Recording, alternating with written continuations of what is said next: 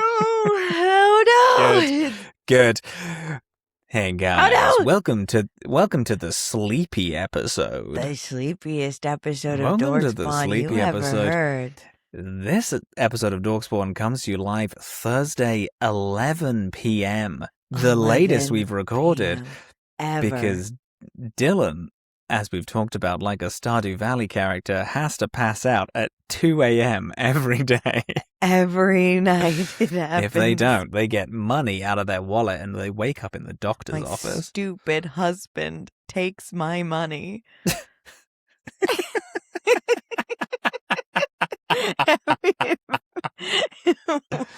It sounded a bit like an agony aunt thing then, and I liked it. Yeah, and Dear, it is. Oh my god. Is it just dear aunt?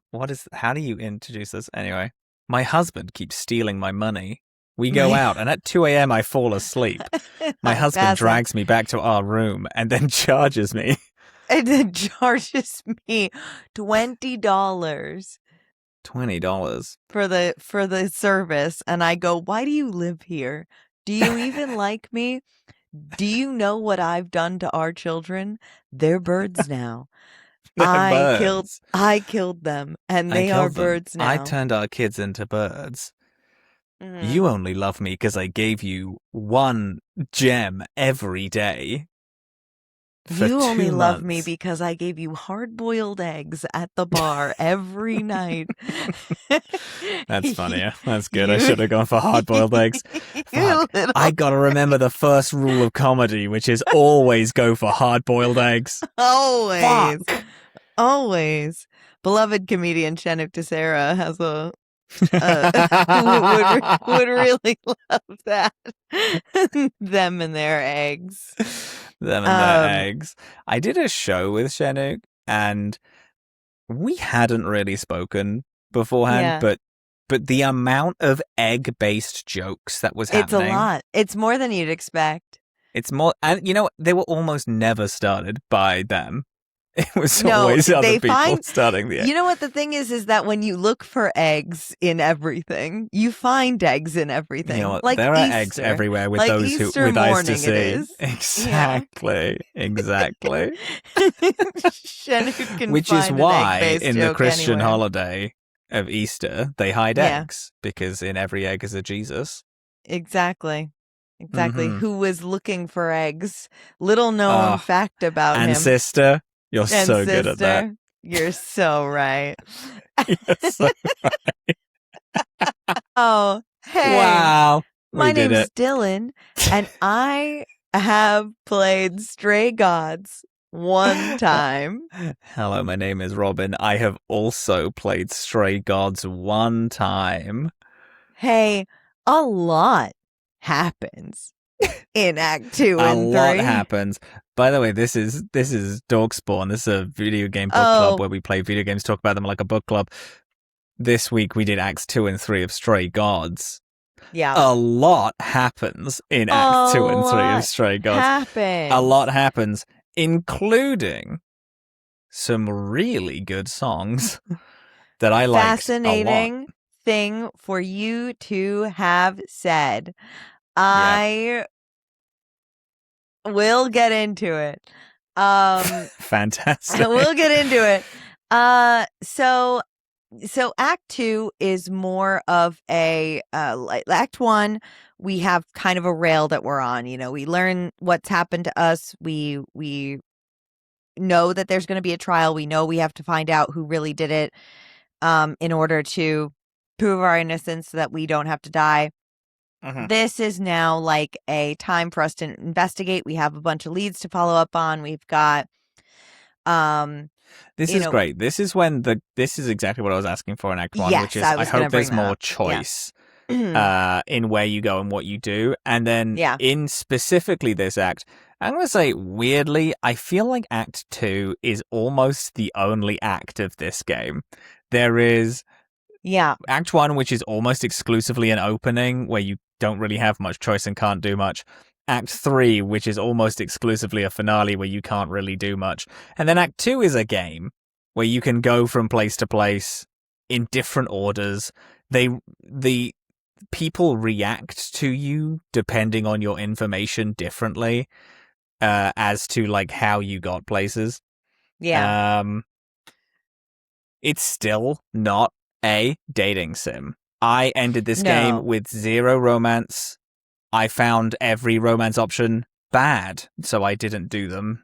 I was chronically uninterested in every one of them. Fun. I had an interesting little romance fun arc that happened. But you I believe it starts with you back in your apartment, Act 2. Yes, Freddie has Freddie, stayed up for you and then says that Pan has asked you to go to Olympus. Yeah. Or new. I mean, I think Freddie just says Olympus, but it's New Olympus, which we now know. Yeah. Yeah. And what's interesting is Freddie apologizes to me. Did she apologize to you?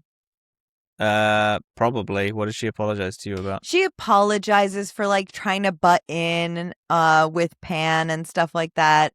Because I did ultimately like kind of side. Well, didn't really side with Pan, to be honest. I thought I kind of stayed in the middle, but like she. And you did know what? There is still. Here's a negative about this. The song, the Pan song in Act 1 is "Do you side with Pan or not?" Both of us said no, and the game is like, nah, but you did though, and it's fine. Yeah, you did side with Pan, and it doesn't matter. And it's like, okay, I fucking guess, because Pan is like, hey, you need to come to Olympus because of that favor you owe me. And I was like, I don't know you shit. I said no the whole time. And then you kind of put a phone number in my hand, and I was like, okay. I did. I did. Actually, hold on a second. Realized my notes are on my phone, and I don't have them. Very good. I do need that, in fact. Okay.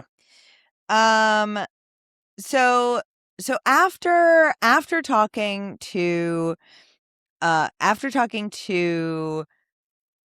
Freddie back at the apartment, I go talk to Apollo to check on him and see how he's doing. Sure. Chat with him a little bit. There's not much there really. He is. That's actually good to know. I didn't speak to Apollo in this act. I just kind of refused to do it. That's funny. Okay, I did. I spoke to him. There's not too much, but he is like very sad, and it's like, and he's like kind of, I don't know. He's just such a sad sack. Then I go to see Persephone. I saw Persephone first. She says basically that she's like not. Oh, that's the thing. I talked to Apollo. He's like, be careful of Pan, very much so. Yeah. I go to see Persephone. I tell her what's up. She's like, no, you should totally talk to Pan. You should also go to this party that Aphrodite is throwing. Aphrodite is really close with was close to Calliope, was close to Athena, might know something. And you can go there, and you can also talk to Pan there because he'll be there. And I'm like, well, Pan invited me to his place, and she's like, you could do that too. But I think you should really go to this party. That's when I have a little flirt with Persephone, just a little flirt, tiny little flirt. Yeah. Then I go to see Pan, and Pan is like, like you said, is like, I need to cash in my favor with you. And Persephone had said something to me where like, this is kind of what he does. He collects favors and then collects more favors on those favors. Like it's just like a cycle with him. So he asks for this favor. He says it needs a muse because it's a matter of the heart. My friend is having a romantic problem. And he says, plus Hecate will be there, and Hecate might have information for you. So I'm like, okay, yeah, that's a good enough lead. So I go and I get Freddie, and we go to the reliquary. which is like crazy. Yeah. It's fascinating. Which is like this big giant library. It's cool. How did you get there? I went to Persephone. Persephone was like, so Pan is prime suspect, and I was like, agreed. But you should go and speak to him and do these things that he talks about. And I was like, okay, sure. And Aphrodite's throwing a party. Sick. So I went to Aphrodite's party first. Whoa. And then I went to go speak to Pan, and then I went to go do the Hecate reliquary thing. Whoa. Okay. Now, I didn't speak to Freddie, because not only did I not speak to Apollo, because I don't like Apollo, but I had Freddie. Freddie is a person. Freddie should not be involved in this in any way. So I did not speak to Freddie at all. The game expects you to speak to Freddie. So when you go to do the Hecate thing, Freddie just kind of teleports next to you and is so jarring that I thought I'd skipped a whole act of the game. I thought my game had glitched because there's no, like, so she just the way to get to this the reliquary thing, pop up. Yeah. She kind of pops up, and it's also, you have to go through a shipping container to this place, and they're both talking about it. And I'm like, what the fuck are you on? What do you mean you have to go through a shipping container? Like, why is Freddy here? What is going on? Until I realized, oh, okay, the game forces Freddy along constantly, even though I was very like, no, I do not want her to come with me. If they keep saying that they're going to execute me because I broke a rule, why would I allow Freddy to come along and then possibly break a rule also, and then get Freddy executed? Freddy is not a god. This whole shit sucks. But anyway, I went to Aphrodite. No, I get that. So we go to the Reliquary Tower. There is a Minotaur, the Minotaur, who's wandering around, who is called Astarion. Do you meet Hecate? Did you meet Hecate first? Met Hecate first, but you did. Okay. We find out that that Astarion is the Minotaur. Okay. And then we go, she's this big, cool Titan. Yes. Giant lady. And then she shrinks down to a normal lady size, screaming that we let a human in, and I'm like, I tried not to. Listen, I didn't hands up. I tried to not do this. I made a pretty short effort to not speak to Freddy literally at all. Anyway, and then I'm like, she can leave. She'll leave. And she's like, yeah, I'll go outside. And I'm like, thank you.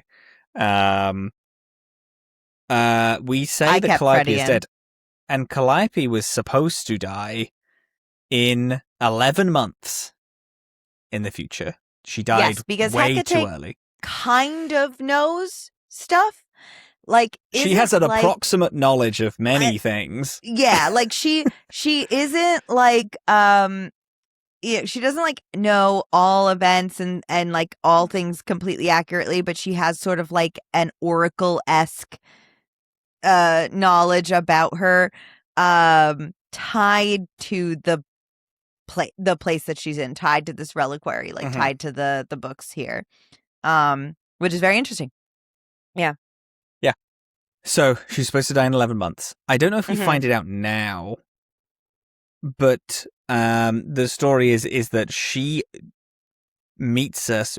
She joins the band. We become friends, and then she is hit. She gets run over by a car on accident, and then we become the idol. That is all like canon and things that are supposed to happen. But in this instance, obviously, she was stabbed and murdered. Yeah.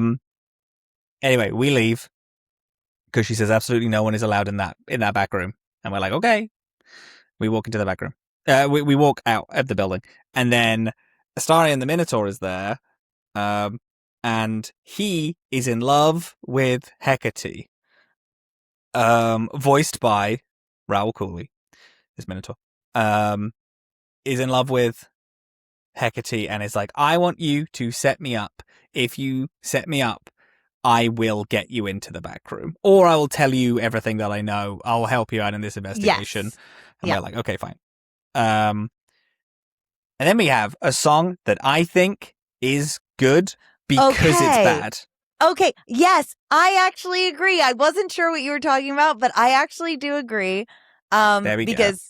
Because I do agree on this one because it's bad, but Raul Coley plays up that the badness of this song supposed to be because bad. He's a nervous, anxious, like weirdo.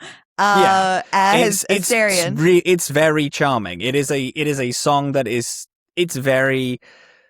Adventure Time comes to mind. Adventure Time's a lot of Adventure Time songs are off key and sung poorly, but that's the point.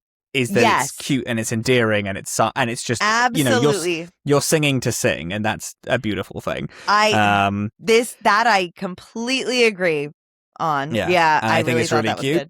And I pushed them to fall in love, and they did, and I'm very happy about it. I had a different outcome for that. I did try, but I realized a little bit through that I was failing at getting that outcome to happen.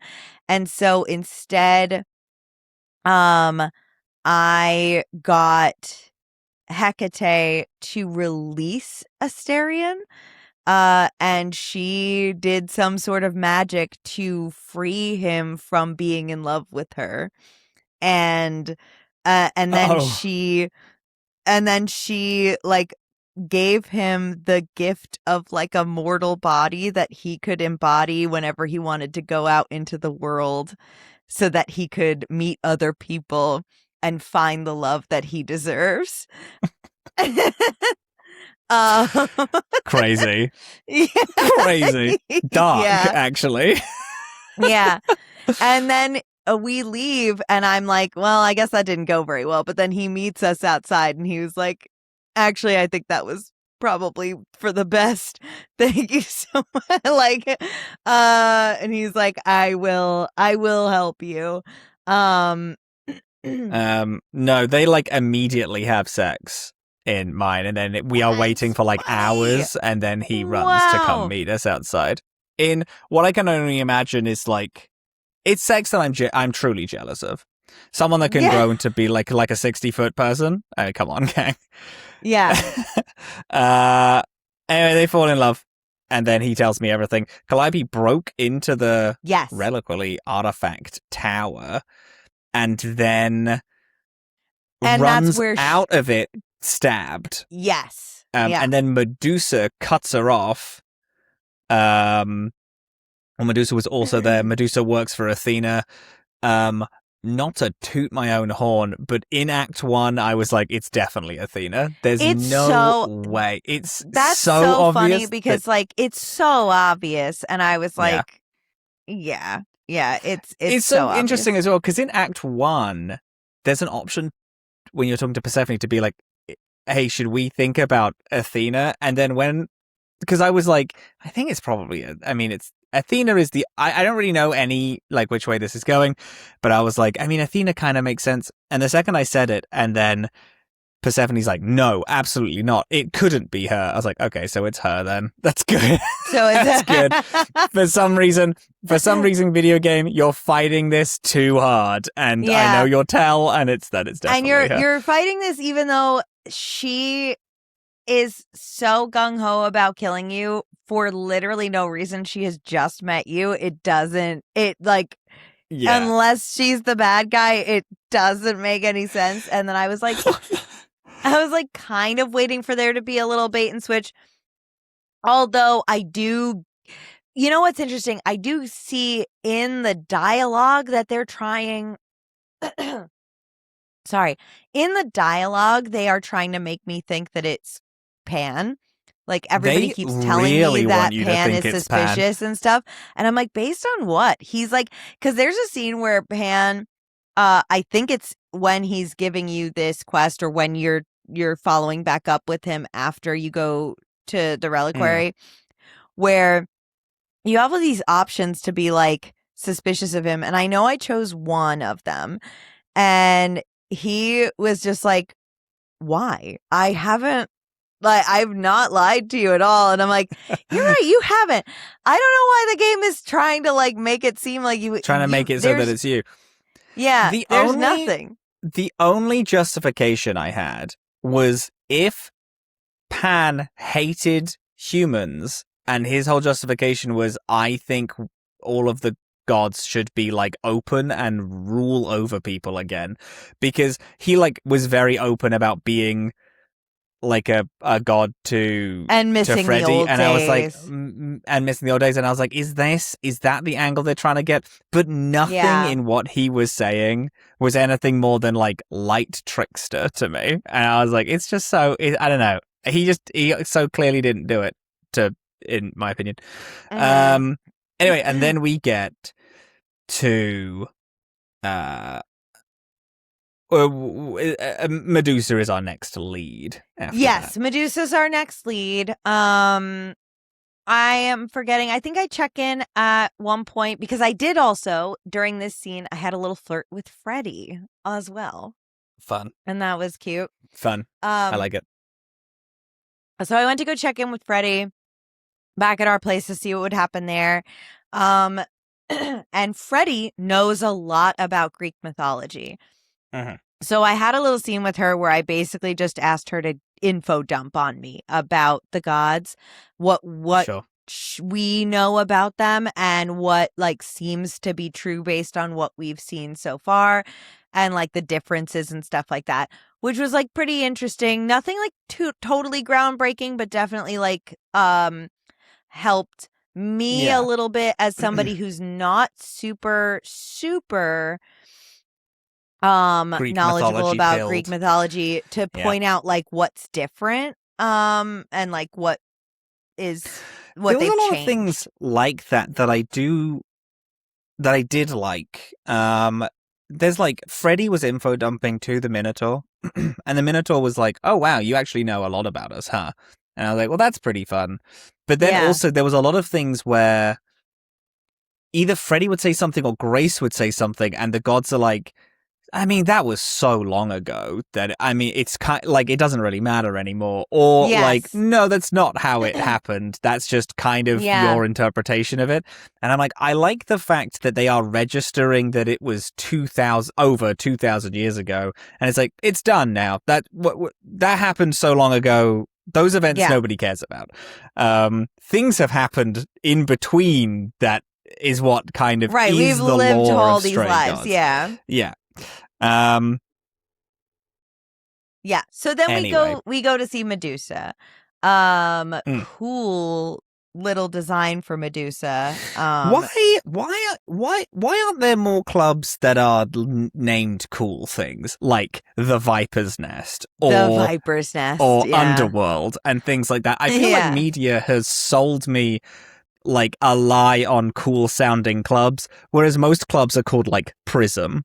And it's and they're doing it wrong. Sucks. And you know what? It's like in the game, honestly, when they're like, "Oh, Persephone runs a club called the Underworld," that's a little on the nose. And I was like, if I was Persephone and I was running a nightclub, that's the only thing that I would call it. It's the only thing you're naming it. That's the coolest. If I was a Greek god, I'm running a club called Olympus. Like, obviously you're going to be on the nose.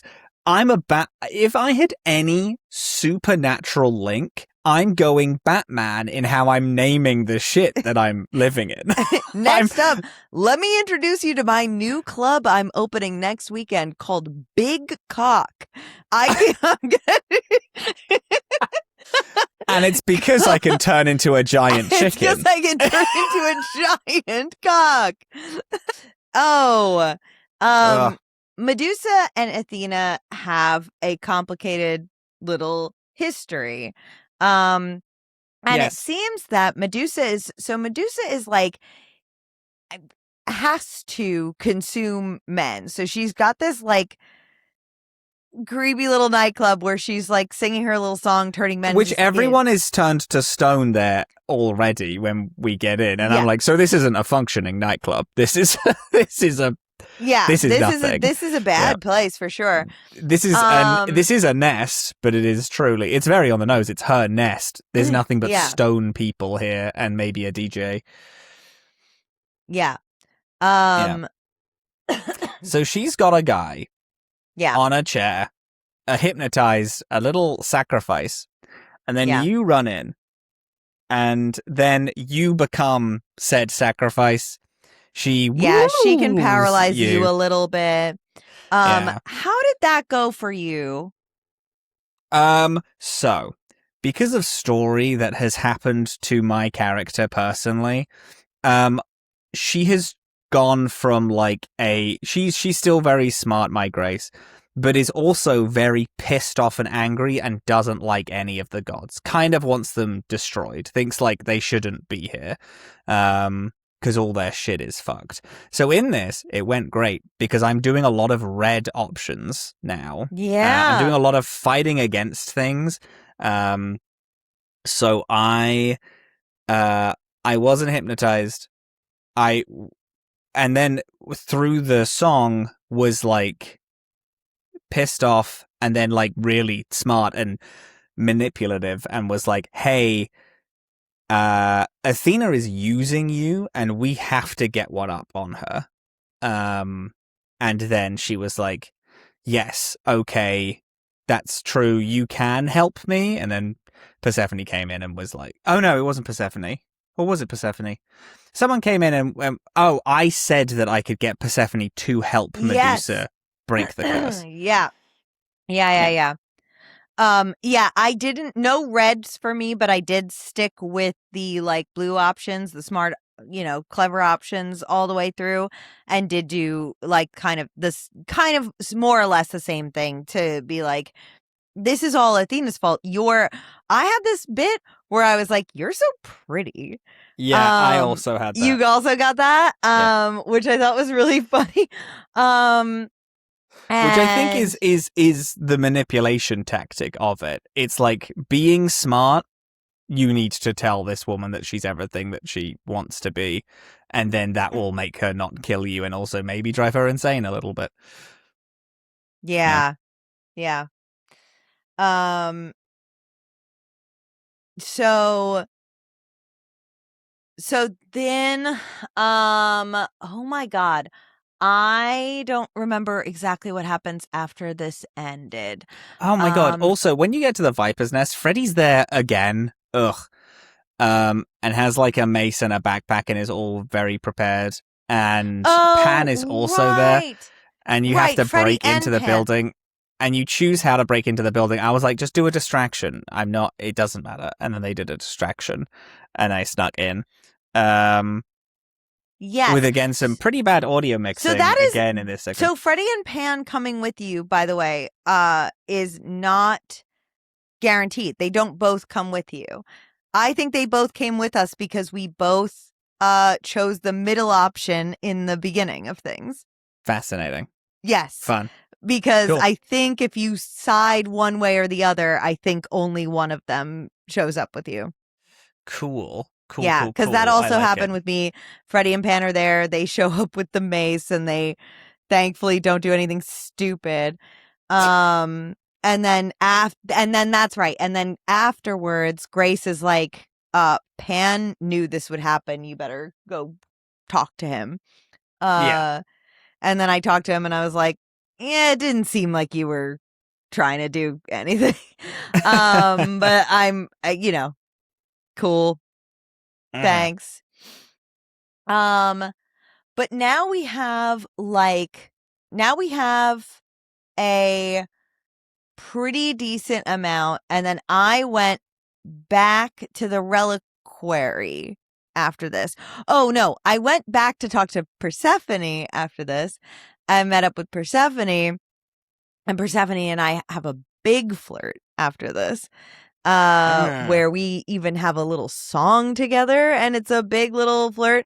And cute. She says some hot little things like, I have a mouth on me, and she likes that mouth on me, and she gets all close, and then she gets all close and is about to kiss me, and then goes, you've overstayed your welcome, and kicks me out. Fun. And I'm like, okay. All right. So I leave. Fun. And then I go back to the reliquary because I know now that like this was where Calliope was hurt. This is this is where the answers are. I have to see if I can retrace my steps. We also learn in a conversation, at least I learned this in a conversation with I'm skipping around. Sorry. Because now is when I actually went to the party. The Aphrodite's party. Yes. Sick. Okay, so I went to Aphrodite's party after doing the reliquary the first time around, after doing Medusa the first time around. Then I go to Persephone. We flirt a lot. We get hot and heavy a little bit. Then I go to Aphrodite's party. At Aphrodite's party, upon my arrival, Apollo is like, hey, wow, Aphrodite's gonna be so psyched you're here. And I was like, why? She does not know me. And he's like, well, I guess I should tell you something about this party. And I was like, yeah. And he's like, yeah, because Persephone didn't tell you anything, right? And I was like, she told me that, she told me that Calliope never turned up to this specific party. Yeah. And that Aphrodite would love it if I did as the new Calliope. Yeah. And then Apollo is like, well, hey, have you been having weird visions and shit? And I'm like, no. And he's like, okay, right. So you're gonna, over time, you're gonna remember everything in the 2,000 years that Calliope's been alive. You're gonna remember all her memories, and you're gonna just sort of become her. You're just gonna be Calliope then. Yeah. And this was the moment when my grace was like, okay. So I'm gonna die regardless of what I do. I'm going to die if I prove myself innocent at the trial. I'm gonna die if I do not prove myself innocent. And then I was like, cool, I actually don't give a fuck. These gods need to have a talk into.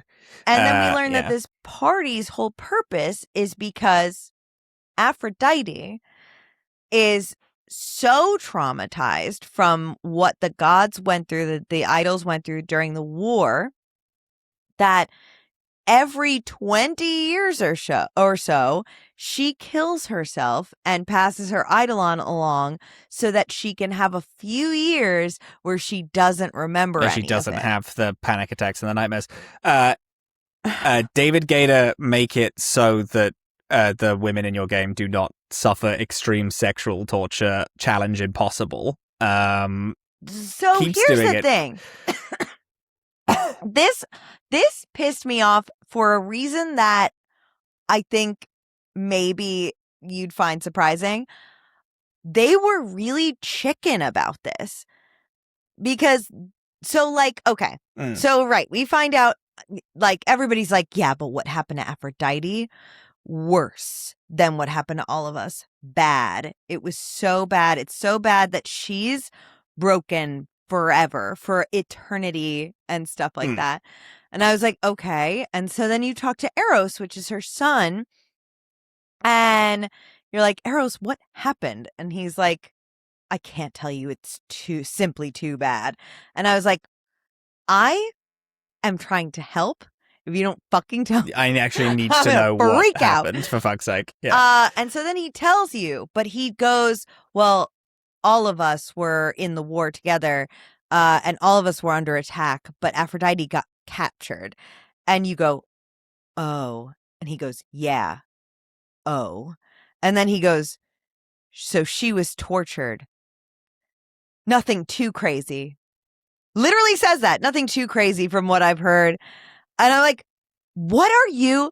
You're so deeply implying that what happened to this woman is the worst thing, worse than any trauma any human being has ever endured, because she hasn't gotten over it in 2,000 years. Yeah. It's supposed to be that bad.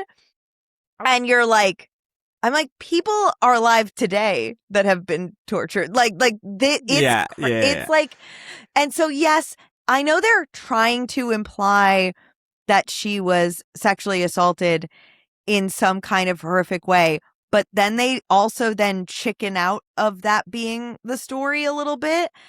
And I'm kind of like, you're trying to include sexual assault in your storyline without like confronting it out, right? And putting it out, right? And as a result, it just sort of seems like not much happened, and she is just like, I don't know. It's just a very strange thing. I didn't admittedly didn't hear or pick up on the nothing too crazy bit. Yeah. I heard she was captured and taken away by like thousands of angry god-hating men, and she's Aphrodite, and I'm like, yeah, I can put two and two together, pal, thank you. Yeah. And then and she was tortured for like years. And I was like, well, I mean, it sounds like kill yourself territory for sure, buddy. Yeah. For sure.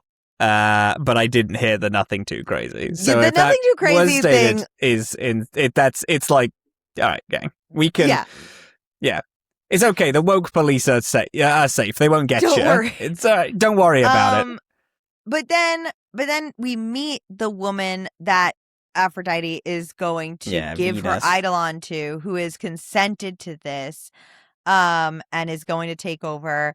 They also state in it that they've tried every single type of therapy possible, including magic, to get including her, drugs, which I drugs and magic to get her over the terrors, but she was never able to.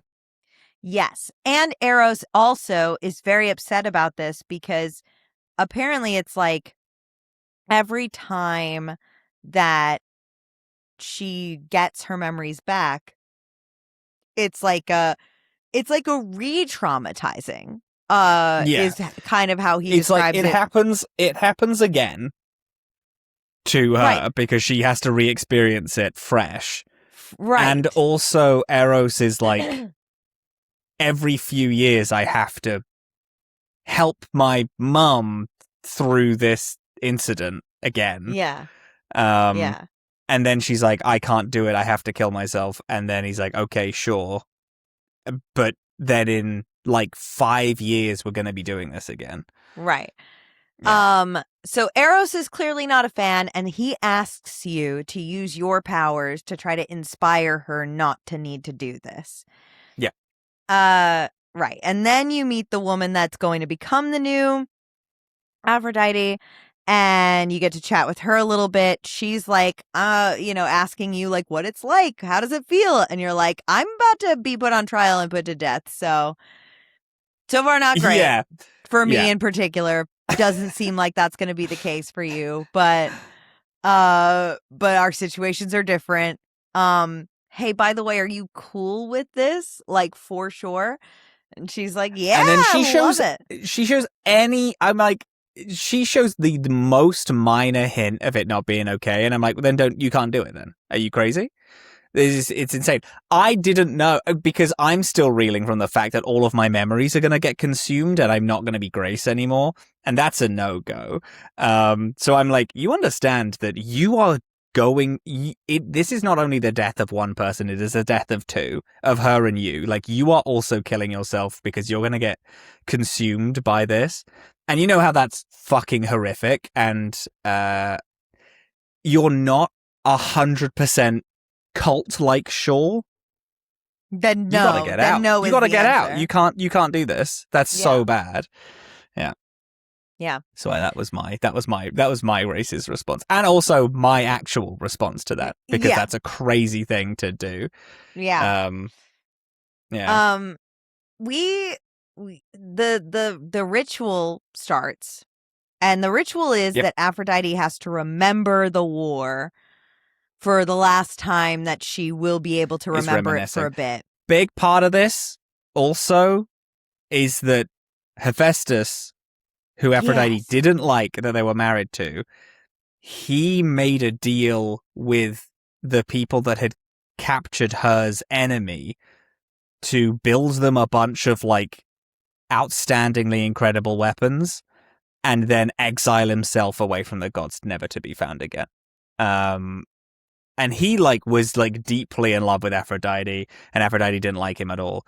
And then when, you know, she realized that she was only freed because of her husband's sacrifice. That's also another part of like, and all the gods. I had true love and I didn't even realize it. Yeah. Yeah. And now like he's maybe out there somewhere, but no, you know. But who knows? Who knows?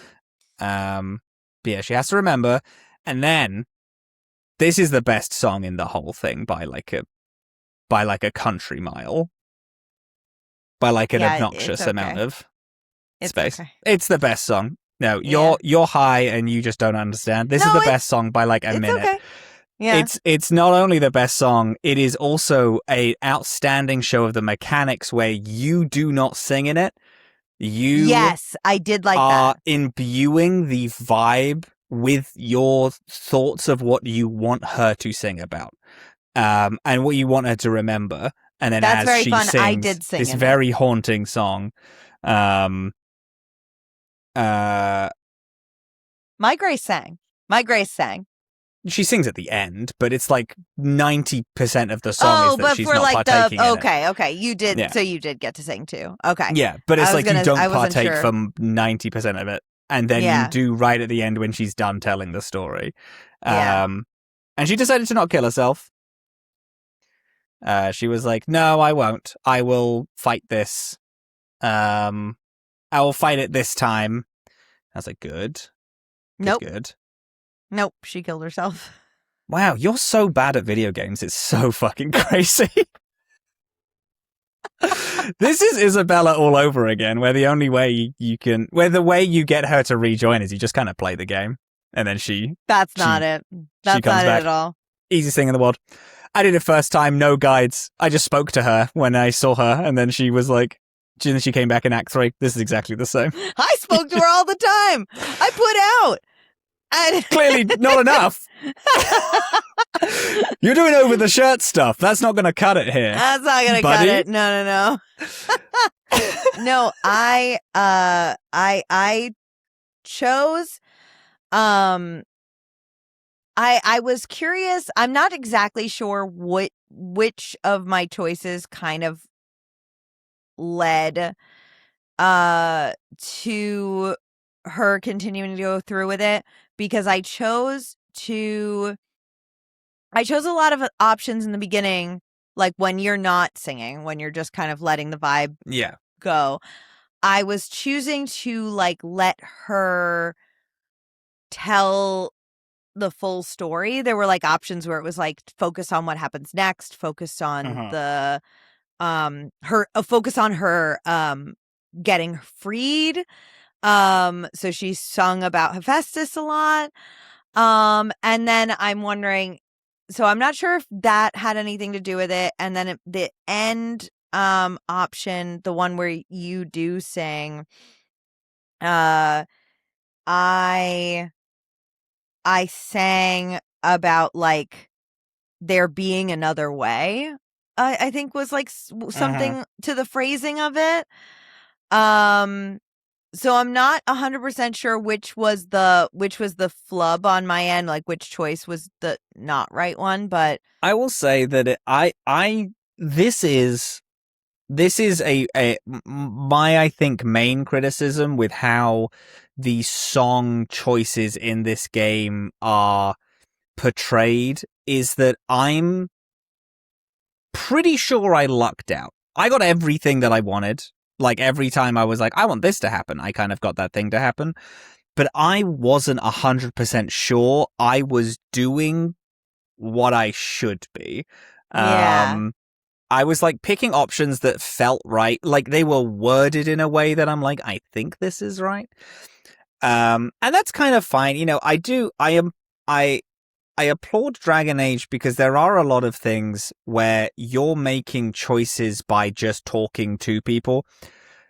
Dragon Age might actually not be the best because Dragon Age has a lot of like, this is specifically what you're doing. They do have those Fallout too, Fallout is the franchise that does your actions are how you talk to people. Like those are the big choices you're making. Yeah. And it is fun, but it is also deeply stressful. It is. And having this kind of like, you are singing to them, and it's like, okay, and I know I'm making crazy big choices, but am I making the right choices? Why? What did I do to make you say the thing that you said? Right, like, and I don't really understand know the through line. Yeah, but I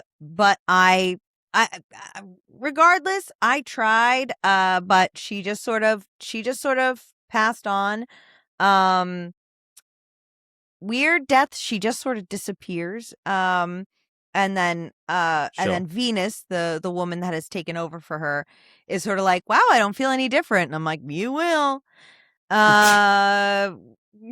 Cool. But now we have so much information. We have so much information, and now it's time to go back to the reliquary and try to. Now we also know that we maybe have access to Calliope in some way. So we're gonna go back to the reliquary and try to retrace her steps and see what we can do. We went back there with Freddie, and Freddie and I, like, before we go back, right? Before we go back, we chat with you chat with Apollo and Persephone. Yes. You are speaking to Apollo because Apollo has a Hermes favor, and you're like, Hermes needs to get us into the No. Nope. No, that's actually later. But Hermes is here. Hermes does turn up and is at Grace's apartment. Hermes is at Grace's apartment because Freddie and Hermes are hanging out.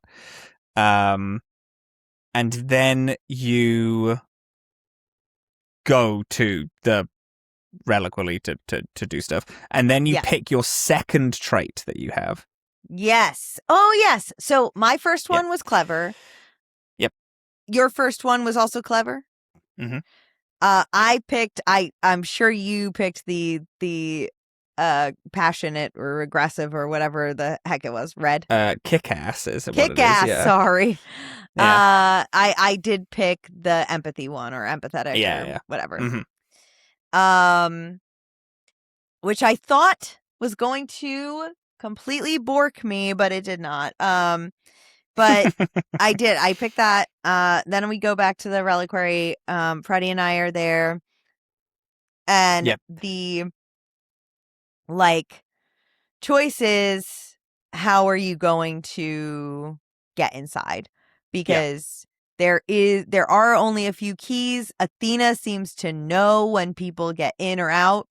There is a big confrontation that happens with Athena before this, where Athena's like, you went to the reliquary, like, you're messing around with things that you shouldn't be.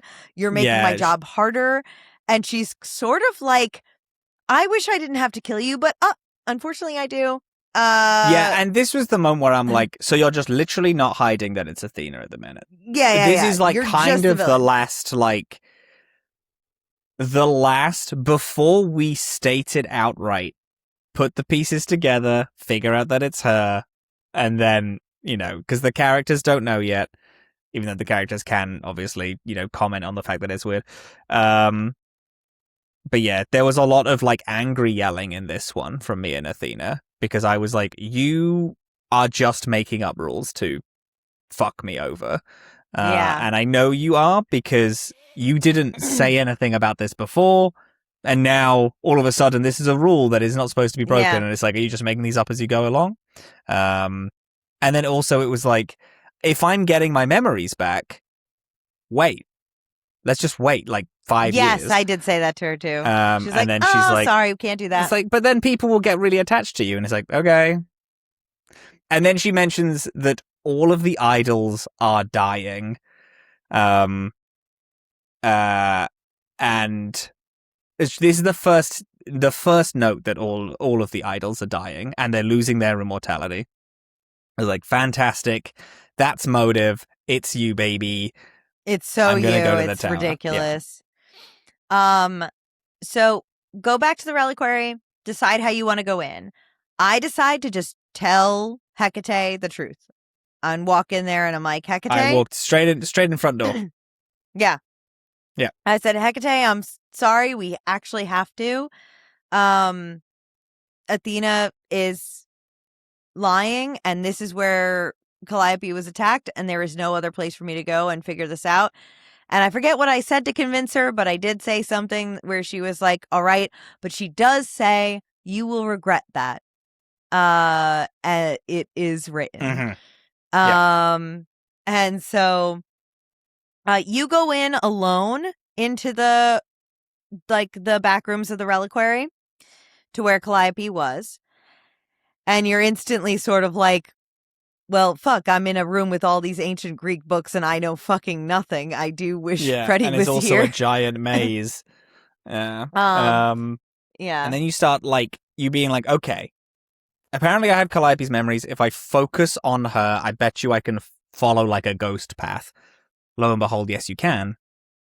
You follow this ghost path of Calliope.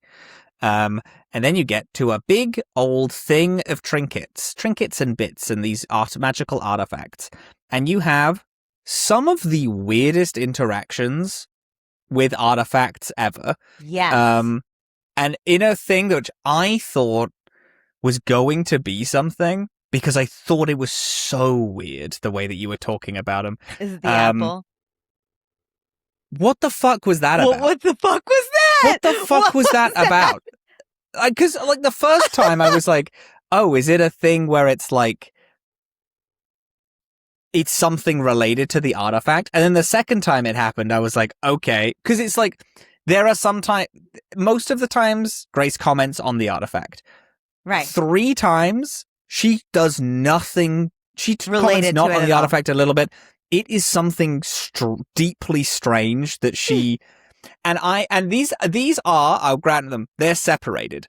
But I was clicking around and I just so happened to click on the 3 of them all in a row and I was like, oh my God, is there this weird thing where she's like, the more I click on it, she's going to get more and more frantic and then something's going to happen. It's going to be like a little spooky thing where she like loses her mind or something. You click on one and she's like, wow, that's a massive, what is it? The oh my God, what is the weapon? The trident. The trident. Yeah, it's like one where she's like, wow, that's a massive trident. I wonder, where that came from or whatever. And then I click on the apple and she's like, Freddie, where is Freddie? Literally. Like, it's what? So crazy. And I'm Freddie like, didn't come in here with you. Like, what? What the fuck? And if you look at the mask, she also says something completely unrelated to the mask and something like weirdly off-putting. And I'm like, what are we doing? Like, what's the goal here? Very strange part. It's deeply strange, and I'm so shocked that it's nothing. It's like, what were they thinking when they put this in? It's so weird. And because I kept thinking that they were related to the artifacts, but then eventually I was like, okay, it's just bad writing, I think. Just like weirdly. Or a thing that was cut, maybe, but they couldn't cut the lines. Who knows? I don't know. Really weird. Deeply strange. But the only important thing here is the mirror. When you click on the mirror. Yeah. Then you walk over to it and Grace remembers that Calliope was looking for this. She was here interacting with this, and then something happened. And you get the vision as you are reaching out to the mirror the same way Calliope did, that these 3 masked figures appeared behind her and attacked her. And then you open your eyes as you are remembering this, and instantly those same three figures are right behind you, and they are walking towards you, about to attack. What did you do? What did I do? Or what happened? What did you do? I ran away. And then every single time you turn a corner, these cunty little ghosts are still walking towards you with a knife. And then you run backwards and you turn a corner and they're still there. And you run and you turn a corner and they're still there. Then you keep running and then you bump into Freddy. And then Freddy is like, jumps in the way of the knives, gets stabbed, moided. And then moided. And then these cunty little ghosts walk away and disappear. Turns out that these are the Furies. Yeah. Because Hecate and Persephone turn up. Yeah. And then I'm like freaking the fuck out. I'm like, hey gang, why did this happen? We have to get her back. This is why I didn't fucking want mortals. A mortal coming with fucking me around to this place. I know. This is why I didn't. This is literally the antithesis of everything I've been trying to do so far. Is get this, because it's like every time she turned up, I was like, "You shouldn't be here." Yeah, you're going Freddy to get dying killed. Appears to be a canon event, as far as I can tell. Is, yeah. I'm not sure if that's entirely true, but it seems like it. Well, so spoilers: you can bring her back to life. It seems.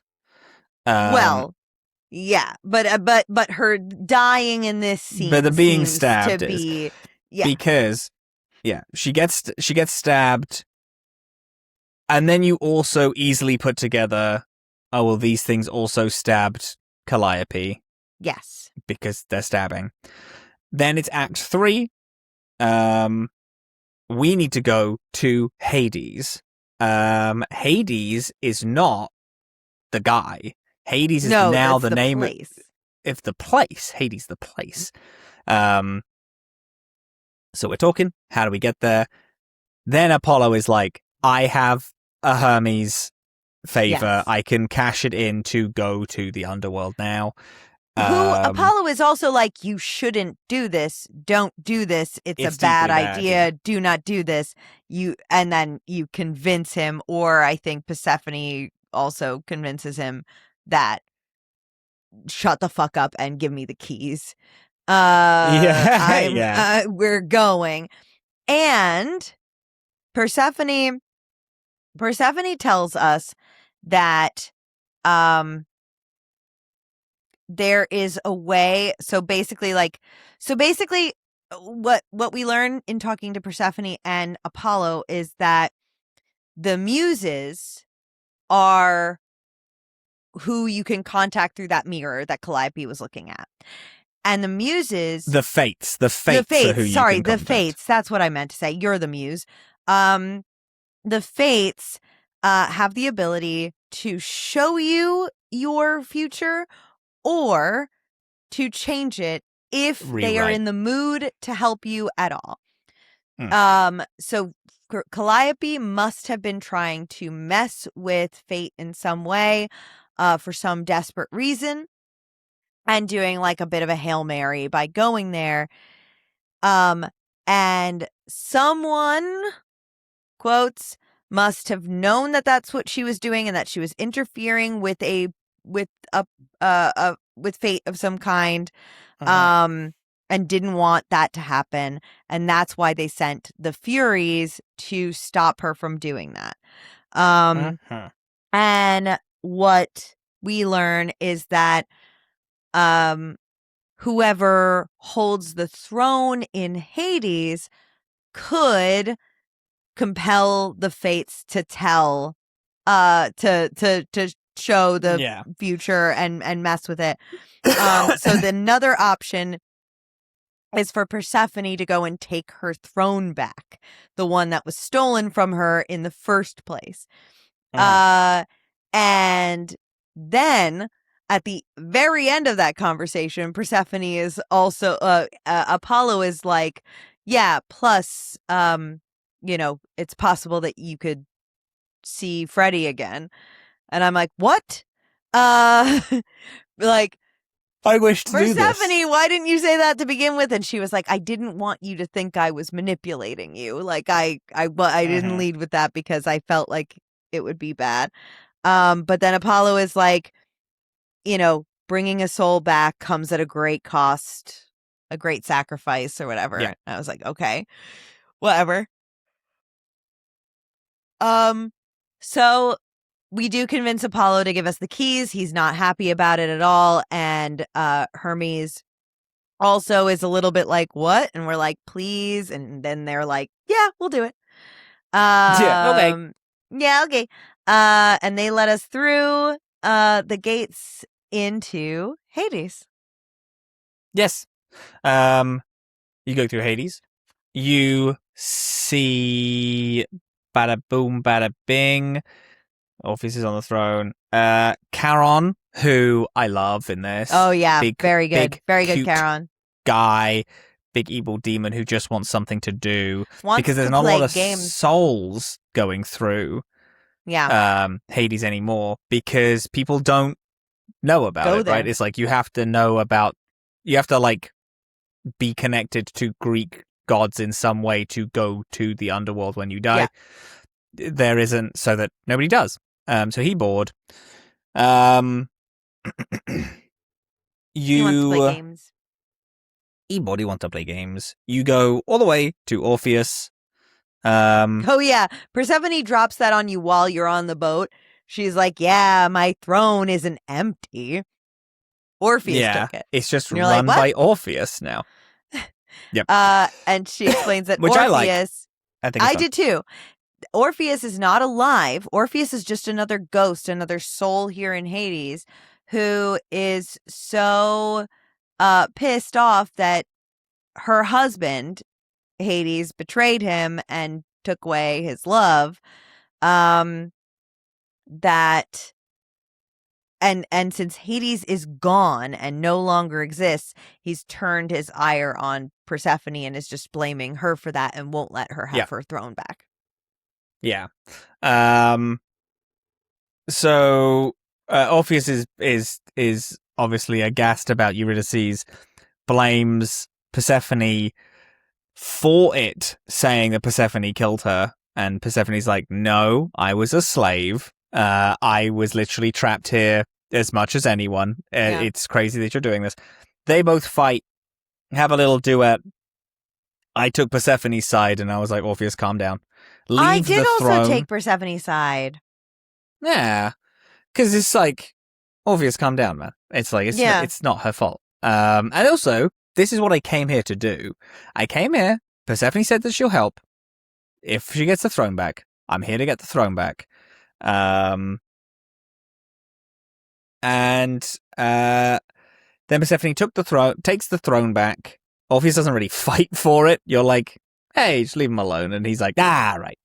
And then walks off. I'm like, okay, buddy, bye. And then Persephone's like, so we actually can't get Freddy back. Can't do that. Sorry, I kind of lied to you. And you're like, come on, man. What the fuck? Yeah. But then Freddy kind of turns up. Freddy's like, hello, I'm a ghost. And you're like, oh, shit. You go say hi. And then Calliope turns up. And then you're like, oh, shit. And then Calliope and Persephone do a kiss hug. And it's like, oh, my God. They were lovers, but they're both girls. Crazy. What? I didn't know they could do that. Oh, my God. And then... You must pause for a moment. I do. Because something very different happened for me. What happened for you? So I was siding with Persephone. And then I don't know this. Now I'm curious because I sided with Persephone through that whole song, and I don't know exactly why this happened. But there was a moment where there's a final choice, which is just to which way do you go? Which way do you go? And there's Orpheus, one where it's like Persephone, you both need to let go. Neither of them. Yeah. Yeah. So I chose you both need to let this go. They sing a actually very beautiful little bit about like them both acknowledging that they need to let this go and that the throne has been like making the two of them worse and that they don't want it anymore. And then it's like they're both sort of like, but what do we do now? And then there are only two options for me. And it is a grayed out red option that I don't have access to, which is take the throne for yourself and destroy the throne. And so I destroy the throne. Persephone's like, what the fuck, dude? That's mine. Why did you do that? And I'm like, why did I do that? Because you needed me to. You were fighting over this thing that you haven't seen in centuries, and like it doesn't mean anything. You're not staying here. You're not staying here. There's nothing here for you anyway. You're coming back topside, and shut up about it. And she's like, oh, okay. And I'm like, by the way, you lied to me, didn't you? I can't bring Freddie back. And she's like, yeah, I did. And I'm like, yeah, so why don't you shut the fuck up a little bit? Because I'm right. And then Freddie's ghost shows up and is like, hey, so I'm dead. Yeah. Sorry, you can continue. I just needed to... good. That's crazy. That's fun. Because there was a bit of me that's like, do I want to click this? And I was like, no. Because I was like, no, I don't. Again, I'm here to do a job. My grace is here to do a job, and this is who my grace is. Persephone, take it. I need someone in my pocket, and that's someone who needs to run the underworld. Yeah. Freddie turns up and is like, hi. Calliope then turns up and is like, hi. They do that kiss, and they're both girls. Calliope then drops that Apollo... Apollo told her a prophecy. Apollo this whole time has been moaning and dicking about telling people prophecies solidifies their fate. Now he doesn't want to do it anymore. Turns out the reason why he's freaking out about it in this particular instance is because he told Calliope her fate, and then also told Athena a fate. And the thing he told Athena is that the idols cannot continue whilst the last muse lives. And it's like, okay, it's Athena then. So clear, like that is the game stating that it's Athena. It's never been more Athena, yeah. It's never been more Athena. And you're like, oh shit, okay, so then you heard your fate, you'd heard you die, you went to the fates to have it not happen, but then by that time Athena had already heard her prophecy. The last muse was trying to make a deal with the fates. She sent the Furies after her to kill her so that the idols can continue. And then I got angry and super pissed at like everyone. I was fuming and angry because okay, we figured it out, this is all nonsense. Why did Calliope come to me specifically to ruin my life when she knew, she knew that I was just going to get hunted down for murder anyway? And also, if you're an idol and you're dying and you're like, well, if I am next to someone and I die, then they're going to get my soul, and then in 5 years I'm just going to be in their body. You are a psychopath. That's crazy. You are not trying. Calliope didn't do that to save anyone. She did it to take my body as a host. So I was mad at Calliope, and I was like, I'm fucking glad you're dead. You suck ass. And then it all blew up, and everyone was yelling at each other. Then it went up. I was like, I'm going to kill Athena. I'm telling you this. And I told Persephone. Persephone's like, ew, okay. I mean, okay. And then I went to Apollo, and I was like, hello, you dumb bitch. I'm pissed off at you.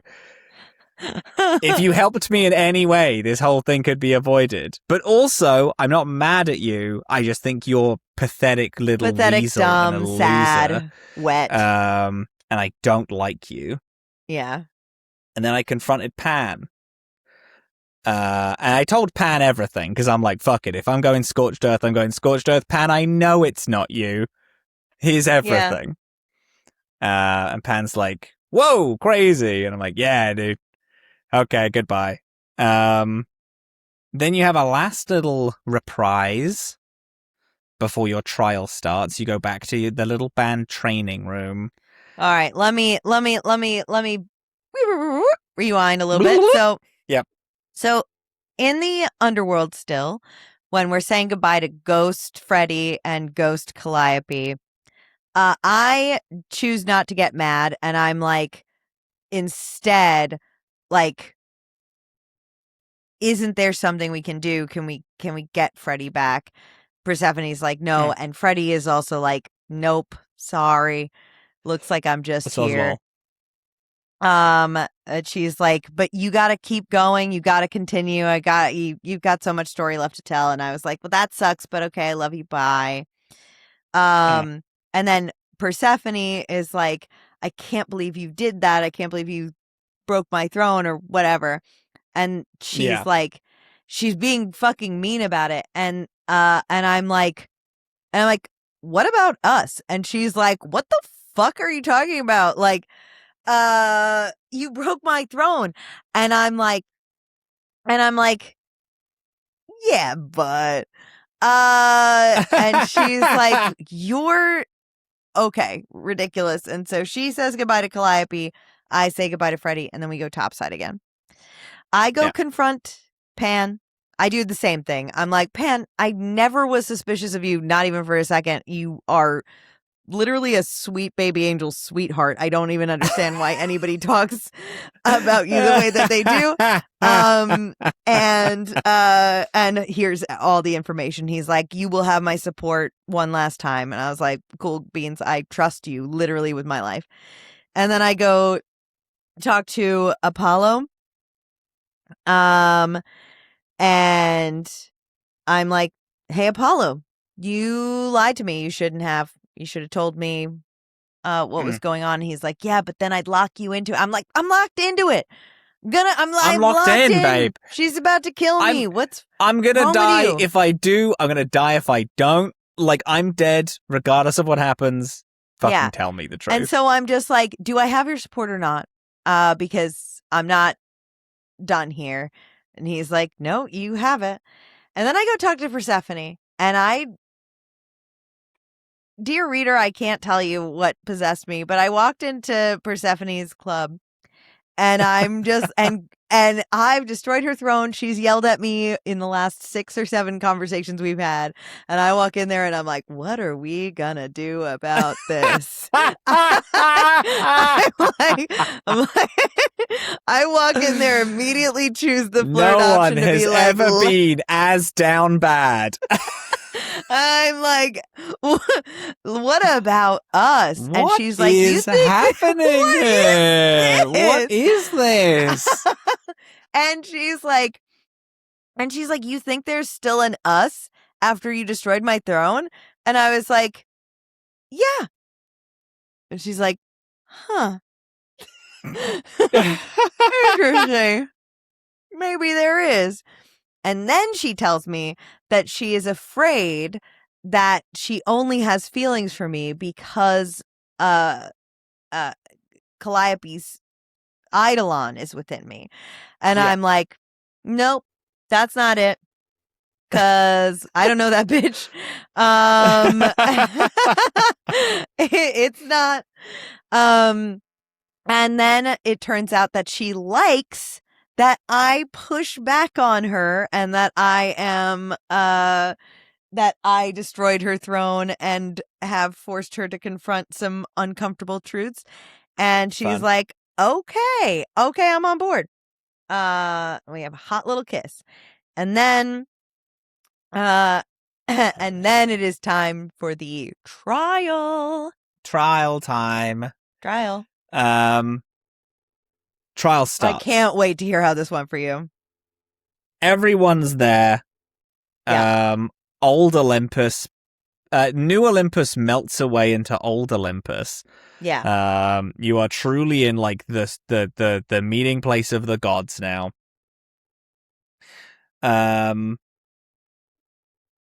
Athena starts talking some shit, and I'm immediately clicking red options.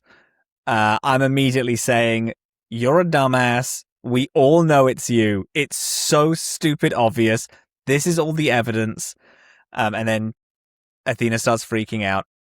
And then it's like, well, I don't think any of that's true. And then Persephone's like, yeah, dude, it's obviously true. I saw it. Yeah. Everyone kind of saw it. Everyone is on my side. I have like a quadrillion options of people to like join me in the chorus that we're all singing to like beat Athena's ass. Tell me you chose it. Tell me you punched her in the face. Did you? I actually didn't. I did get the I option. was counting I got on the option. You, I know. I didn't do it. And I didn't. And I genuinely, I'm going to tell you this, listeners. The second I clicked the clever option, I regretted it. I should have punched her in the face. Yeah. I immediately read up to see what happens, and if you punch her in the face, you punch her in the face and then exile her immediately. Exile her as a god. Get out. Never speak to us. Never see us again. But I didn't do it, and my justification was I don't want to be a god, but unfortunately I am now. So I'm going to win, and you're going to sit there and watch me win. And I'm going to be able to meet and visit you and say, see how much I'm winning at your job? And I've just started, baby. Because there's lines of like, that I said in the song, which was like, I've been here for a week and I've helped more than you have in 1,000 years. Oh, yeah, I did say that too. I'm like healing so many people. Everyone's so fucked up that they have no perspective, and I'm just fixing everyone. Like, none of you have real problems. You're immortal gods. Everything is so easy to fix. You're all just children. And my friend is dead, and my humanity has been stripped from me, and I'm going to die soon anyway. So I had my justification was you're going to watch me win. I like that. Yeah. What happened? Athena, it's very interesting because I thought that we were going to have to like coax some of this out of her, but she just really says it. She's really like, hey guys, the gods are dying. And I was like, I was going to say that. I was gonna. The gods were dying, and Calliope was gonna stop it, so I stabbed her. Okay. Okay. Hey, gang, trial start. I guess. Okay. If everyone's, we've started the trial. Okay. Hi, so my name is Grace. Yeah, and I then chose to stay like kind of logical and like asking her like pointed questions that get her to talk herself into a circle a little bit. As soon as she does and realizes that that she is talking herself into a circle, she immediately summons the Furies to attack you in the middle of this courtroom. It happens so fast. And I'm like, and the thing is like it's like in front of everyone, you're just admitting it. Come on, gang. And then everyone stands next to you, and then you just kind of sing them away magically. Yeah. And so then after she concedes that she's bad at her job and that she's failed because her ass is crammed up 1,000 years ago, and she can't fucking let go,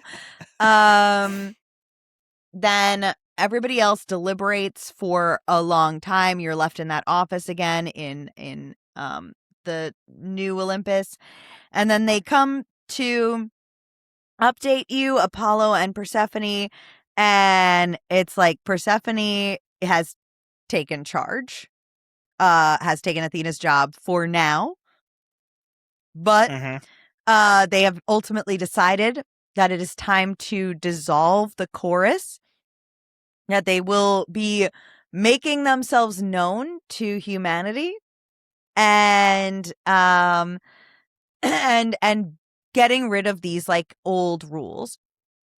which we figure is kind of that is what the prophecy could mean. The prophecy meant because the idols are no more. They're shifting so incredibly that they're becoming a different thing altogether. Yes. Love a weird Greek prophecy. I think too. this is a good telling of, like, this is a good, like, prophecy twist that I didn't see coming at all. And so they make you the spokesperson for the idols. Mm-hmm. You are the idol celebrity. And it fast forwards to a couple months later. You are going on the news and TV shows and blah, blah, blah. And then you come home one day from a big press tour about how the idols are coming out of the closet. And Apollo and Persephone are in your apartment. And you're like, hey, what's up, guys? Been a while. What's been going on? Tell me about everyone. I don't know if I'll remember everything, but some notables are that Asterion is going on a popular dating television show, which fantastic. I think is very fun. Good. And Hermes, they are...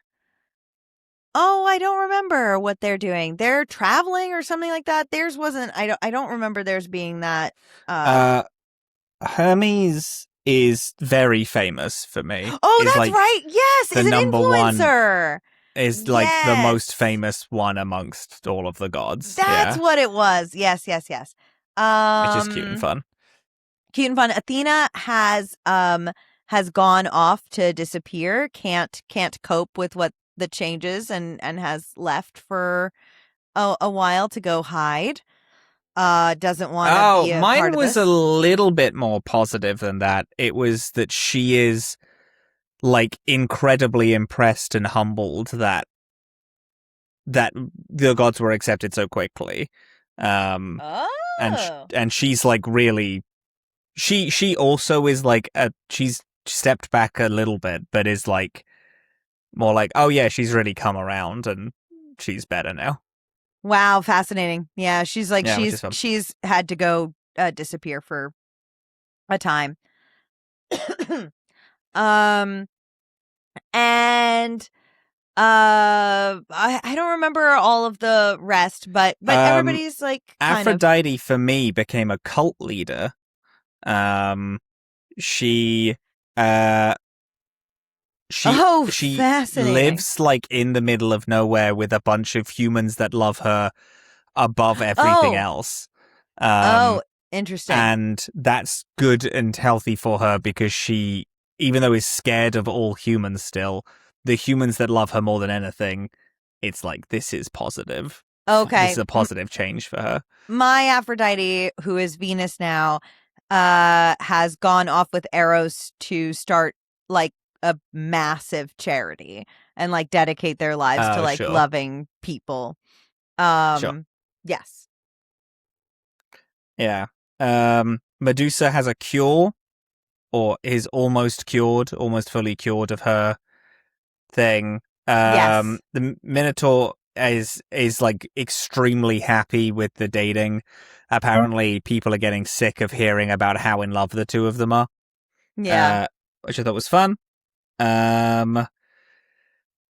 Persephone is having a lot of fun in Hades. It's because people now believe in the gods again, it's filling back up, so it's getting really busy. There's a lot of things to do. Life in the underworld has never been better.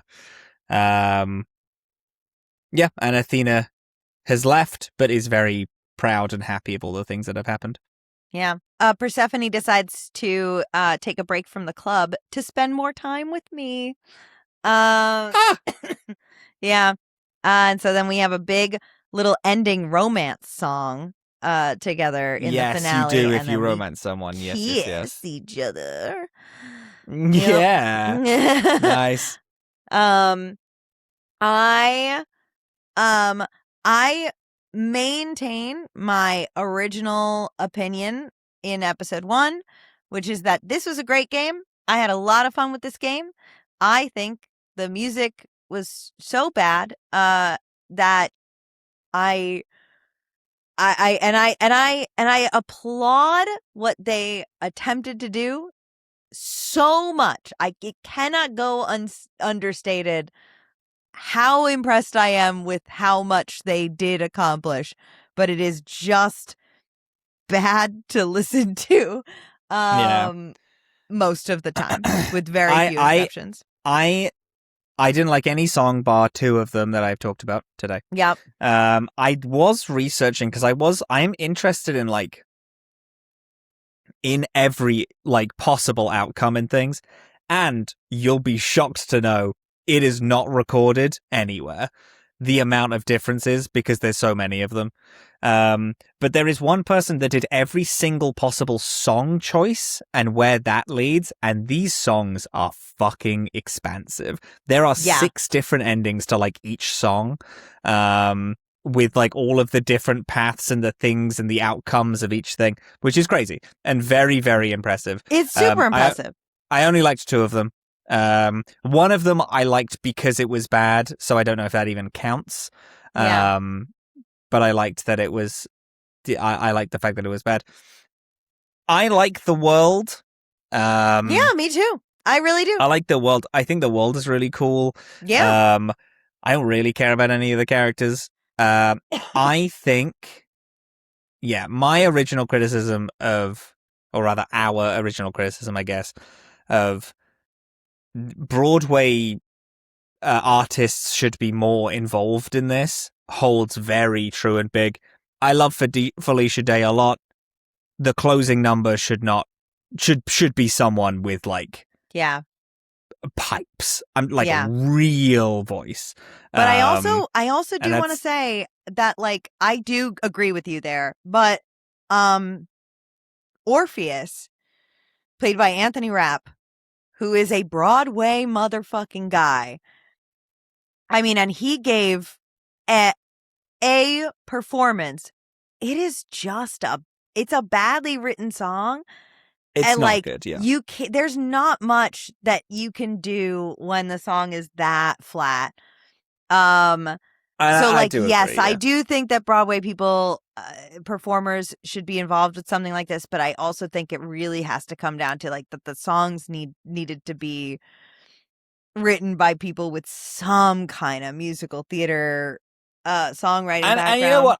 And here's the thing, and I'm sure that if we looked into it proper, I'm sure that there is some, but I think the problem is with me in this game, the songs are not good enough to carry it.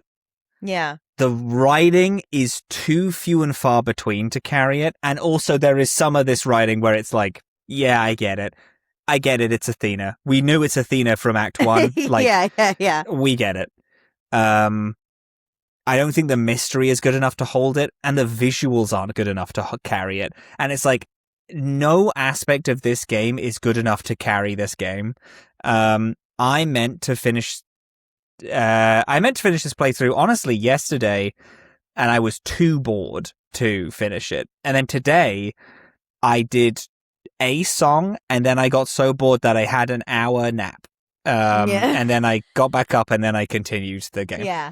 See, I did think the story was good, despite some of the writing being a little cringy. But like, I did really enjoy this game. The songs being as disappointing as they was a thing that kept irritating me. To boredom a little bit, and so, and I just think like I'm still so impressed with what they have done, but it's like I can envision it. I'm like, there is a way for this to be great. There is a way for this to be great. I certainly am not the person who can do it, but like I know. Well, we know that it's there. Yeah, and I know it's possible. And that's what's that, and that. I don't know. Again, I think the writing is good, and I do want to. I don't. Because you said you thought the writing was good enough to hold it, and I do think the writing's really good. But the problem is, I think the mix of the three Right. Nothing not being strong enough to carry. No part was like outstanding. And truly, truly, and this is such a weird thing for me specifically to say, because again, I play graphically horrendous games like constantly, and I love it, and it's fine. I do not like the animation style in this game, even a little bit. I think the picture book really slow, makes all of the slow moments way slower. And there's no, like, I just really need, like, give me 5 more frames in it.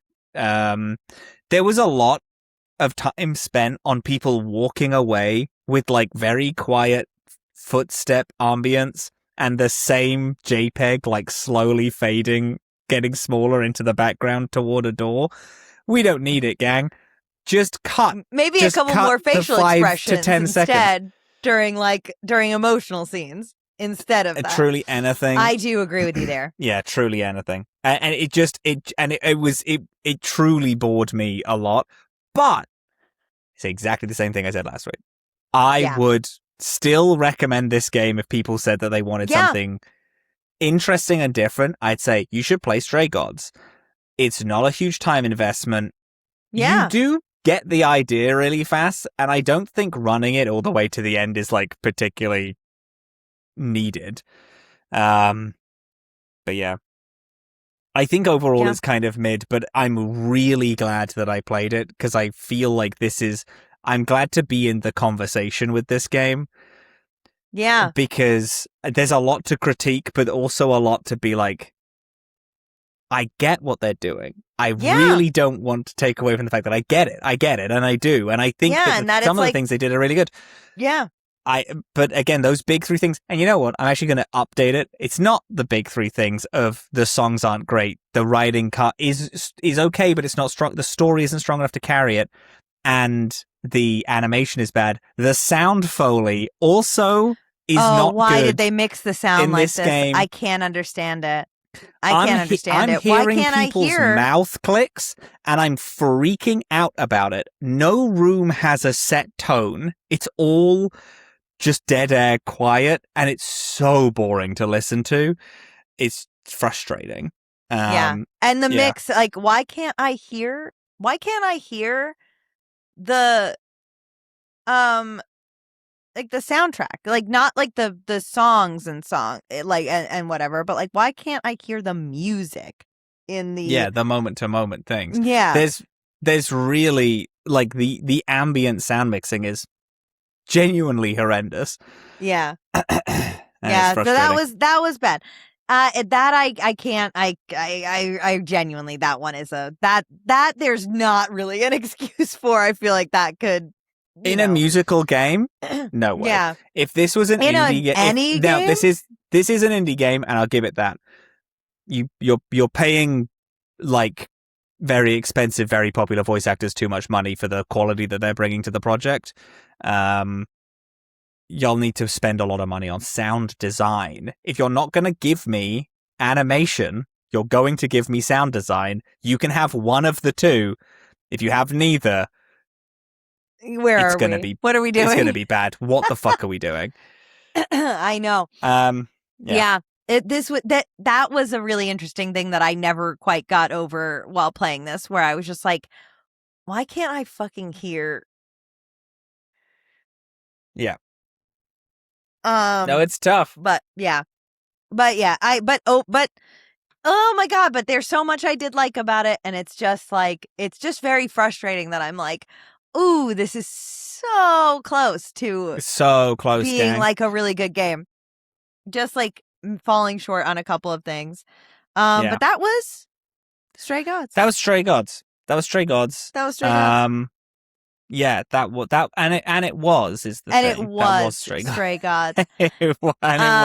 Next week, we're gonna play Peppered. Good. Okay, good. I actually didn't know what we were doing next week. Thank you for telling me. Next week, we're gonna play Peppered. Are we gonna play all of Peppered, or are we gonna do a bit? Because my week next week is kind of fucked. I think we're gonna play as much as we can of Peppered. I don't expect I'm gonna finish it. I don't expect you to finish it. Let's expect Peppered to be 2 episodes as well. We'll play as much as we can, and we'll just kind of chat about it, because I don't think there's like it's 5 hours to 100 to it's 8 hours to 100%. It's 5 hours on average. Yeah. So main story is 2 hours. Main story and sides is 5, so it's about 5 hours. Gang, go pick up Peppered. Go do it. $15. Peppered. Yeah, it's I'm really excited about it. There's a demo as well, so you can see if it's your type of thing. I have heard a lot about this. I've heard it's very good. So, and it's also like absolutely rammed with choices, which I think is neat. Yeah, and we're gonna have, I think, very different experiences, which I'm very excited about, just from what I've heard. Looking forward to it. Cool. So with that, we'll see you next week, and I leave you with one final question. Who let the gods out? Who? No, you need to say it louder. Last week, you talked about how you can't make 2 mistakes. If you're going to mess it up, you got to do it loud. No. Say it. Say it like an adult. Who let the gods out? Who? Good. There you go. Good. Okay, bye.